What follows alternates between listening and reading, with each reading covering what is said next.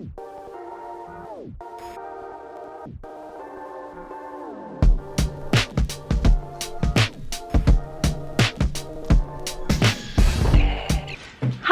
name is Allie. Welcome to Mythic Melancholy.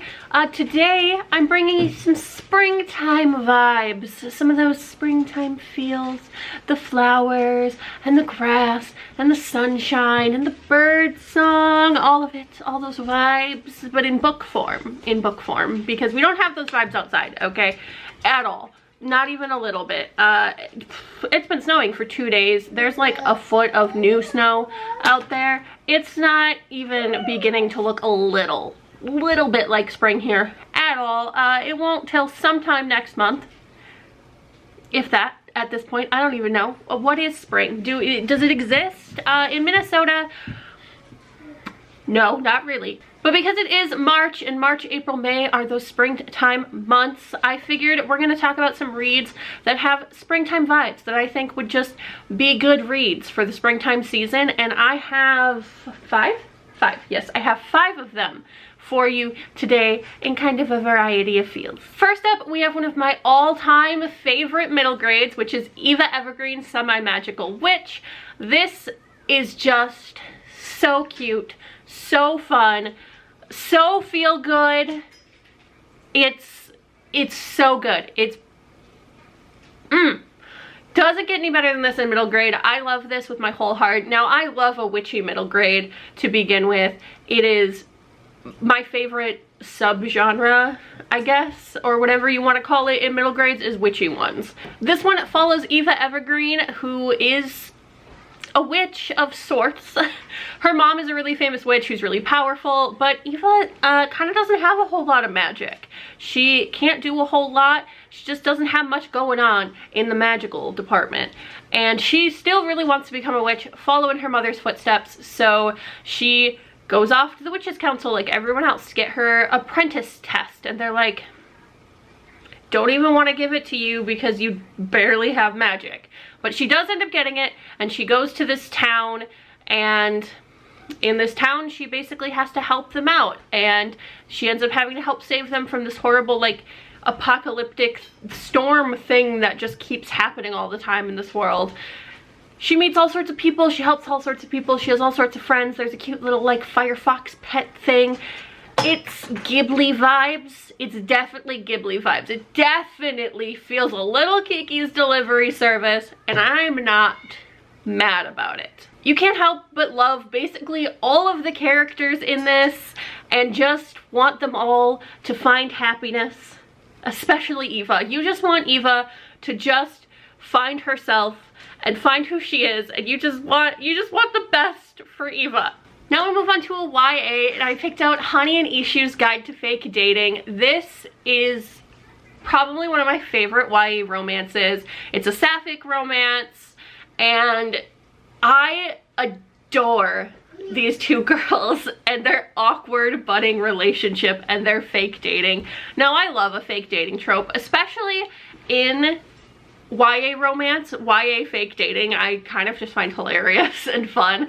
So this book obviously follows Honey and Ishu. Honey is very popular. She's probably one of the most popular girls at the school. Everybody loves Honey. Honey is just super infectious, lovely, bubbly personality. And then there's Ishu, who is not those things. She is very focused, very driven, very academically minded, and because of that, she is thinking about college applications, and she needs to round hers out with some extracurriculars, with some things. So Ishu thinks, I need to be head girl. I need to put head girl on my application. But being head girl is kind of a popularity contest more than it is about who does the best academically. So she's gonna need some help to manage that.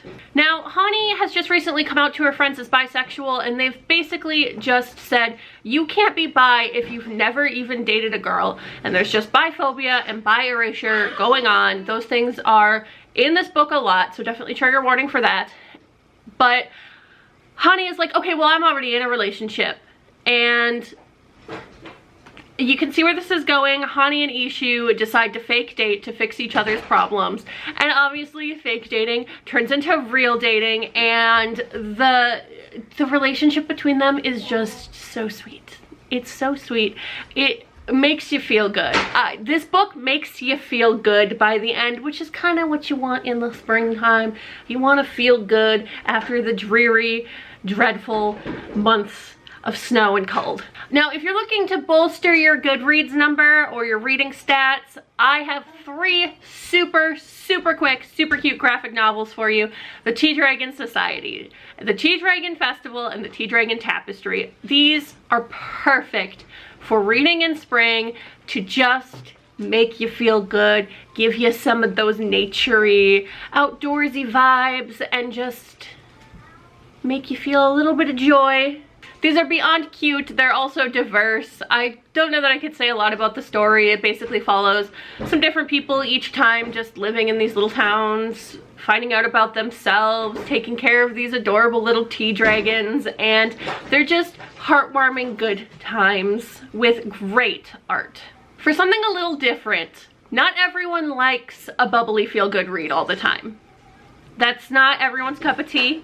A lot of times that's not what I want to read. So this one I think is still a really good spring read, but it's definitely not very feel good. At least not in the same way. And that is My Sister the Serial Killer. Now you might be thinking, how in the hell are you considering this a springtime read?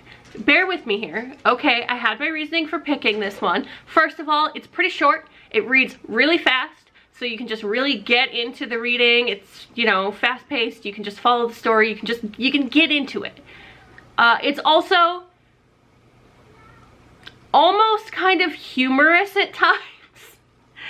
It's a little ridiculous. It's its own sort of thing. I don't really know what else to say.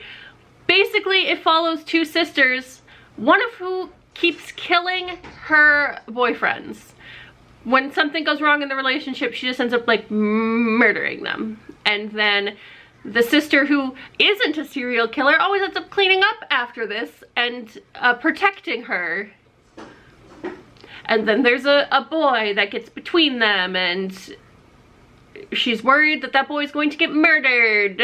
So it's a whole thing, but it's a very good time. So if you're just looking for a quick good time, but not exactly the kind of like bubbly, sunshiny, feels good time, then this one is definitely what I would recommend for you to read this spring. And lastly, I actually want to recommend a nonfiction that is just a really small, short little book that I think could help a lot of people in the spring, because as much as spring is kind of that reset, renewal period, it can be really freaking stressful also with that reset and renewal period, and thinking about all the things you have to do, all the things you have to get done, all the cleaning, resetting your home. Just spring cleaning in itself can be overwhelming, especially for those of us who are parents, or those of us who are neurodivergent, or just people who struggle with cleaning to begin with.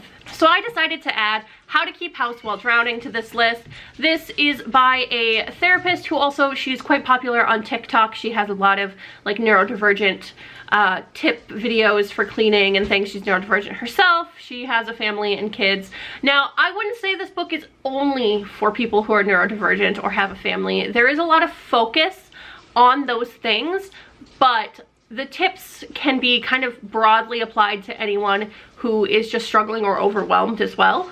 This book just has different little sections. Everything reads really quickly, so nothing is going to be like too in-depth. You're not going to get stuck and be like, oh my god, blah blah blah, cleaning. It's pretty entertaining to read as well, and it made me feel a little bit better. It gave me some ideas that it's okay to make my life work for me. It's okay to make things work for me. If it works for me, if it's not hurting anybody, that's okay. You know, everything doesn't have to be perfect. And I think a lot of the message in this book would benefit people who are getting into spring cleaning this year. You don't have to spring clean your whole house to, you know, a YouTuber, family YouTuber standard.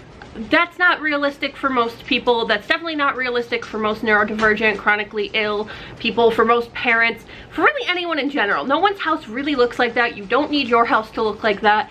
And if you have systems that work for you, even if they're non-traditional systems of cleaning, then do that. So this book has a lot of tips and a lot of advice on just how to do things in your own way, how to not overwhelm yourself with cleaning and household tasks, how to make your house work for you. And I just think it's just a really good little book. I really like it. I have definitely taken some of the advice from it and tried to apply it to my own life. So that's it. That's all I got for you, is just those 5 little recommendations of books that I think would fit to read in the springtime. And thanks for watching. Make sure to like the video if you liked it. Comment down below about, I don't know, something. You could comment a poop emoji for all I care, I don't know. Or you could comment about if you've read any of these and if you liked them, or if you hate them, or if you think that I am just wrong that these are not good books to read in spring. I don't know. Tell me off, it's fine. Also subscribe if you want to see more of my face, and I will see you in the next one.